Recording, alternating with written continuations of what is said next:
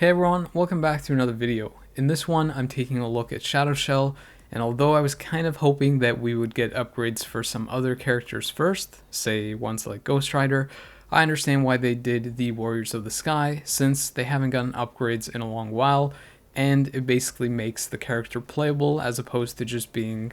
a character that's a support for Alliance Conquest. The biggest change with this uniform is that she moves from a universal type, which was a little bit odd to begin with, considering that universal types are kind of more rare and usually are ones that are like aliens or cosmic characters, but then again they can give it to anyone like they did Shadow Shell.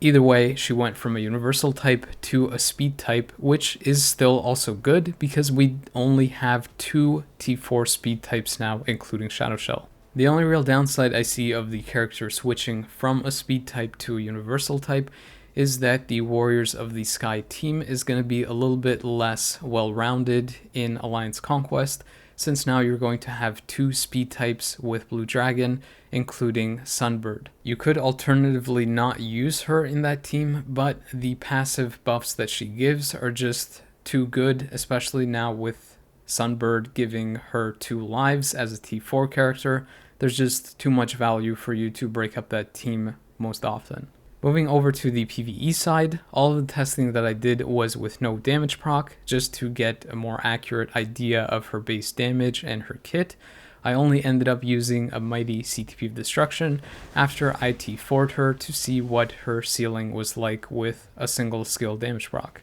With no leadership or support, I was able to clear stage 9 of Knull with almost 2 minutes and 50 seconds left, which, as I've mentioned numerous times in my other videos, is a really good indicator for my account that the character is fairly strong for PvE. This is a nice change of pace, since it seems more and more often the characters that come out with new uniforms that can also be taken to T4 end up kind of struggling at level 70 and 80, but that doesn't really seem to be the case for Shadow Shell. She seems to be pretty strong even at level 70. In the second test on stage 29 of Knull, I actually wasn't able to complete the first phase in under 2 minutes, but keep in mind that again I was not using a leadership or support, and I pretty much almost finished it about 20 seconds too late. So if I was to use a leadership and support, she would have easily been able to complete it within 2 minutes and finish the stage entirely. To give you a better perspective of that, and to go one step further, especially once I take her to level 80, I also went to a stage 40 of Knull, and this time I did end up using a leadership and support, but again, she wasn't able to complete the first phase in under 2 minutes. She was shy by about 20 seconds, but that gives you an idea that on the lower stages where I didn't use a leadership and support, she would have absolutely destroyed that. Either way, at level 70 with no damage proc and only being 20 seconds short on a stage 40 of Knull is pretty good, I would say, and pretty impressive too. In Giant Boss Raid on the Blast Day, where she has a type advantage, even with no damage proc and at level 70, she was able to complete the first phase in under 2 minutes, which means that the character would have been able to complete this fight entirely by herself. If you're looking to build a character specifically for PvE, for modes like Giant Boss Raid and Alliance Battle Extreme and Alliance Battle Legend, since she is meta in those modes, then a CTP of Rage is your best bet there for maximizing your score and being able to clear the Giant Boss Raid as quickly as possible. However, if you do have something like CTP of Energy, she does function really well with a single skill damage proc, since her skills are very proc friendly. I would even urge people to try a CTP of Destruction, since you also get some penetration and can make use of her in things like Alliance Conquest, where she will probably be used as a support with the Warriors of the Sky team, so the penetration and the damage proc will benefit you there and in PvE. With the level 80 increase, I was able to complete the first phase 60 seconds faster, and then I finished the fight entirely with almost 1 minute and 30 seconds left. Because of the improvement level 80 gives, I also took her into stage 55, and she was also able to complete that with no damage proc with roughly around 50 seconds left over. I also took her into a stage 60 of Mephisto, however, she was short by about 5 health bars when time ran out, and I'm guessing that that's partly due to Mephisto having some element resistance, even though she does get the type advantage versus him. One thing worth noting with the new uniform is that the first skill now has V-pad movement on it, so when you use it you can move around after the skill is used, which makes her really useful in things like World Boss Legend and Giant Boss Raid to avoid those skills that kill you in one hit. Another really nice thing is that the character has a 90% chance to become immune to poison damage when she is hit, and if you've played World Boss Ultimate or World Boss Legend a lot in the higher stages where all of the different effects are active, one of them is the poison clouds or the toxic clouds that appear, and if Shadow Shell stands in them, she more than often is completely immune to that damage, which makes it a lot easier to play those higher stages where, again, multiple effects are active. Besides Knull and Mephisto, I also took Shadow Shell versus Gorr on stage 40, but I found that she struggled on this fight more than the other ones, mostly because Gorr moves around a lot, and it seems that a lot of her skills are kind of targeted to a certain location and they don't track the opponent. So the 5th skill, for example, will cast where the opponent is, and if the opponent moves afterwards, it doesn't really follow them around. So a lot of times you do end up losing a lot of damage, and it seems like the character underperforms versus opponents like Gorr and to some extent Dark Phoenix Jean, because they move around so often relative to the other opponents. You can see in this clip that I didn't even complete the first phase and ran out of time with 4 health bars left on it. In Giant Boss Raid, the level 80 upgrade allowed me to clear the first phase about 20 seconds faster, which might not seem like a lot, but it does end up translating to around 30 seconds to 60 seconds faster clear time overall. When the character reaches T4, the instinct type increases the most, like all other T4s, followed by her HP and then her physical damage. I'm assuming that the reason she gets so much of an HP stat bump is because she is a universal base type, which usually means that you get a little bit more HP from the universal typing. Speed types usually don't get a lot of HP, so that's likely why she has that level of increase. As for which striker to use, you basically want to use the highest Justice Instinct tagged character that you have. So this can be anyone like Hulk, Black Widow, Captain America, Iron Man, Moon Knight, and Blue Dragon. Besides those characters that can reach level 80 and T4, you likely also end up using Ancient One as a striker, since you'll need her for the snare effect in Alliance Battle Legend. Regarding how the T4 works, it seems to be pretty straightforward, just giving you a damage increase and increasing your damage even further once you start attacking. Because the skill increases your basic attack so much, and you're likely also going to be using a leadership that also increases your basic attack,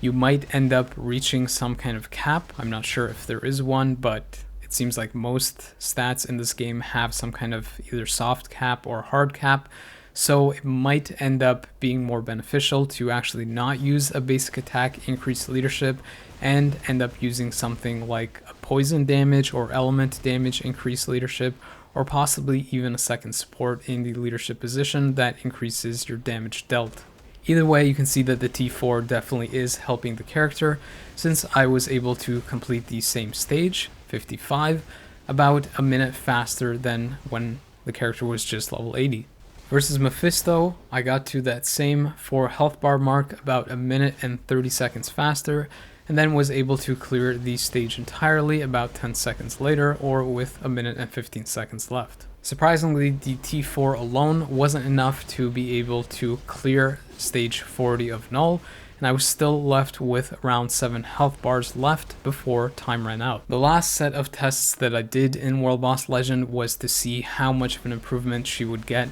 with a mighty CTP of Destruction. And versus Knull, that ended up being around a 60-second improvement. Versus Mephisto, that ended up being about a minute and 35-second improvement, likely because I was able to skip some of his time-wasting phases. And versus Gorr, it was around a 2-minute improvement, again because when you get a damage proc, you're more than likely able to clear some of the phases faster, avoiding a lot of the time wasting and repeat phases that end up wasting even more time. The proc also allowed me to actually complete the stage this time around with about 60 seconds left. Over in Giant Boss Raid, I was able to solo the fight with about 6 minutes and 45 seconds left, which I have to say is pretty decent with a mighty CTP of Destruction and without using her artifact, but rather a generic one. With a CTP of Rage or even a mighty CTP of Rage, you should be able to complete this fight about 40 seconds to 60 seconds or faster. If you're wondering what kind of rotation I used, the one that I went with was to cancel skills 1 through 4 quickly and proc on the 5th skill.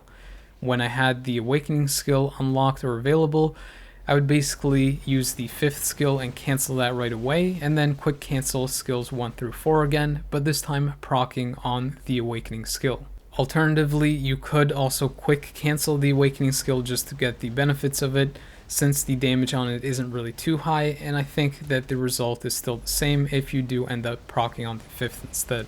Once you have access to the T4 skill, you basically want to use that whenever it's available at any point throughout your rotation. Also, if you aren't able to quickly cancel the 1st and 2nd skill most times, all you really have to do is do 3 cancel 4 cancel and proc on the 5th to get most of the damage from the rotation. With Shadow Shell now moving from Universal Female Hero to Speed Female Hero, she is meta for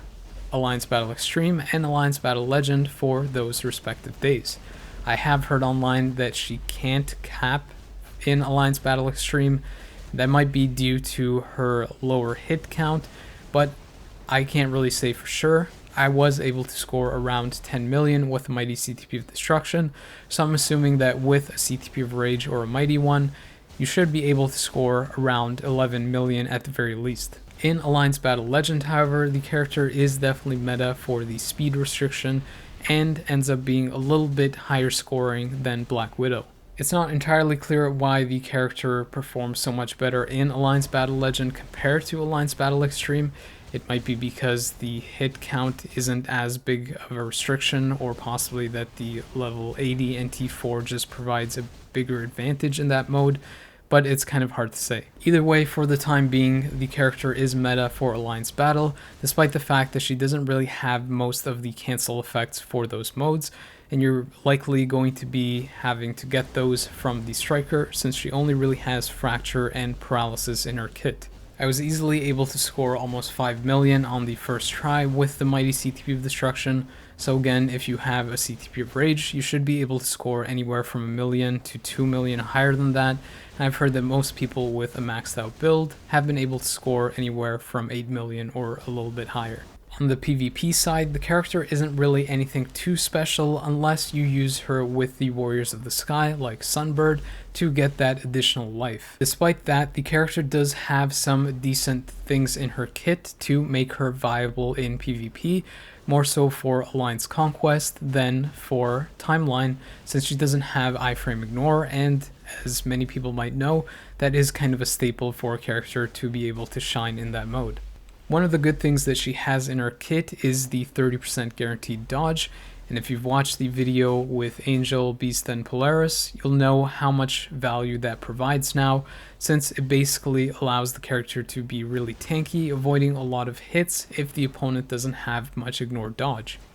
This usually combines pretty well with her kit, since the AI prioritizes the 5th skill, providing her with invincibility, and then usually follows up with the 4th skill, which gives her invisibility as well as some healing, making it even harder for the opponent to hit her since she's basically invincible in half iframes, dodging skills, and also invisible and healing. In addition to that, she also has good burst damage on her 5th skill because it also has damage accumulation on it, and it has high priority, meaning that she will basically one-shot the opponent unless they have invincible in their kit. Because of the reasons I just mentioned, like the character lacking penetration and also the AI focusing the 5th skill first, which provides her with invincibility as well as a high priority skill, a CTP of Destruction is what I would recommend for most people, since you get that penetration that she lacks, and because she goes into the 5th skill so quickly, she can end up one-shotting opponents even if they have invincible in their kit. Besides improving the regular performance of the character, I noticed that the CTP of Destruction also improves her Awakening skill, since that also lacks penetration, and because it is a kind of slow hitting skill. With the damage proc, it makes the burst damage much quicker, allowing you to take out the opponent before they go into something like an iframe ignore. I found that balancing the character with a CTP of Destruction and at level 80 made her a lot more viable than just using an Invincible Obelisk or CTP of Authority, which I used at level 70, as you saw from those clips, because at level 80, if you're fighting opponents that don't have a T4, they struggle to be able to hit you because their ignored dodge values and crit values are lowered, and also because her damage is increased versus characters who aren't T4. Besides that, the damage proc also allows her to take out characters that she has a type disadvantage against, like Hulk for example, or ones that have element resist, like Jean. I wasn't actually able to take out Jean in those clips, but I did get pretty close, and in a 3 vs 3 scenario, she's going to do enough damage to whittle away her health down very low, where the other opponents will likely kill her, or the lingering poison damage that she casts will probably do the same with the proc up. If you're wondering what kind of top proc you might want to use with Mighty CTP of Destruction, I personally went with the strike proc since I wanted to leverage her a little bit more in PvE, but also because I found that she does move quite a bit in PvP, which does allow her to trigger that sometimes because of the first skill moving her around, and that also benefits her because it gives you the ignore dodge from the strike proc, even though the boss damage is basically useless in PvP. I wasn't really able to test her out much in Alliance Conquest, but I did take her without Blue Dragon in the leadership spot and just with Sunbird to see if she was capable of doing most of the damage to win the fights. And she did end up beating a Thanos and Hela team, as well as a Gorr and Hulk team with Magic as the third character. Keep in mind that my Sunbird doesn't have a damage proc, so he's basically doing minimal damage, and most of this is Shadow Shell. So that's my breakdown for Shadow Shell. I don't really see too many people going after this character, considering that Spider-Man was kind of teased as one of the T4s that is coming up, and because that is one of the most popular Marvel characters and a lot of people's favorites, they'll likely be saving up for that one. However, as you can see from this video, Shadow Shell is actually quite good even at level 70 just with the uniform, and gets even better when you take her to level 80. And if you do want to get the most out of her, I would say that a CTP of Destruction will give you the best of both worlds, being able to use her in PvP like Alliance Conquest, as well as in things like Alliance Battle Legend, Alliance Battle Extreme, and even World Boss Legend, with that damage proc and the strike proc if you are able to get a Mighty CTP of Destruction. As you saw from the PvP testing, with this uniform the character isn't just a support now, and with that CTP of Destruction she becomes quite good standalone. Regardless of this, if you already have Black Widow close to T4 or at T4, I don't see this character providing too much value for you outside of things like Alliance Battle. Also, considering that she might not be able to cap Alliance Battle Extreme with a full build, it might suggest that a better speed type might come along, since this is only the second one, so it might be a better idea just to wait for now and save up your materials. In the next video, I'm going to be looking at Miles and doing a breakdown of his new uniform, which surprisingly ended up being better than Shadow Shell at level 70 and was one of the highest damage uniforms that I've actually tested. So make sure to watch that video if you're interested in that. As always, if you did enjoy this video or found it helpful or entertaining, please consider liking and subscribing and sharing it with others, since it helps me out and also helps them out. I always appreciate people taking the time to watch my videos, so thank you, but the video is now over.